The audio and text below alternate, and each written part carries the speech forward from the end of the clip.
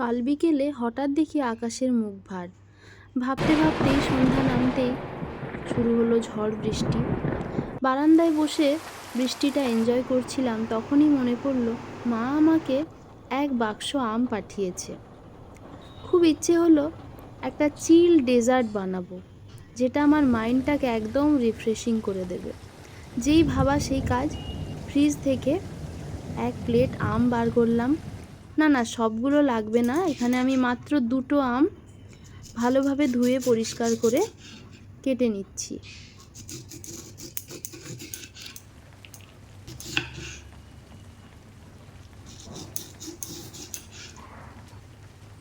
এখন একটা Blender jar নিয়ে তাতে একটা চামচ দিয়ে আমের পাল্পগুলোকে এভাবে বের করে নিচ্ছি।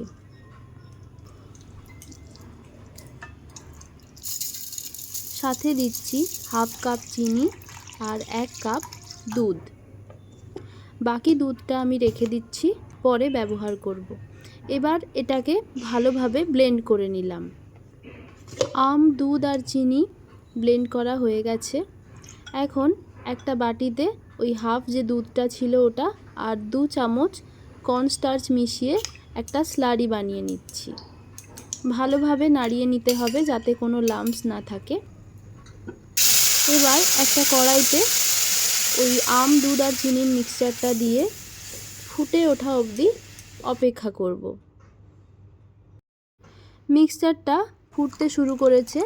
এই পর্যায়ে যে দুধ আর কর্নস্টার্চের স্লারিটা বানিয়ে রেখেছিলাম অল্প অল্প করে দিয়ে অনবরত নাড়তে থাকতে হবে।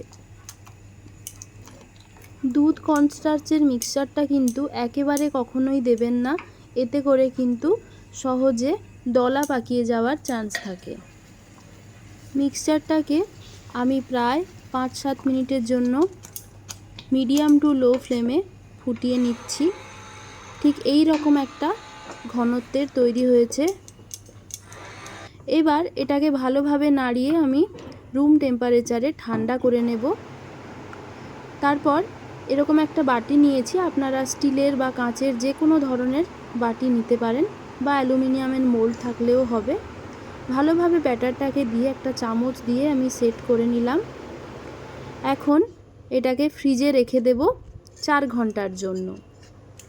4 ঘন্টা পর আমি বাটিটাকে এইভাবে একটা প্লেটে উল্টে পুডিংটাকে খুব সহজেই ডিমোল্ড করলাম।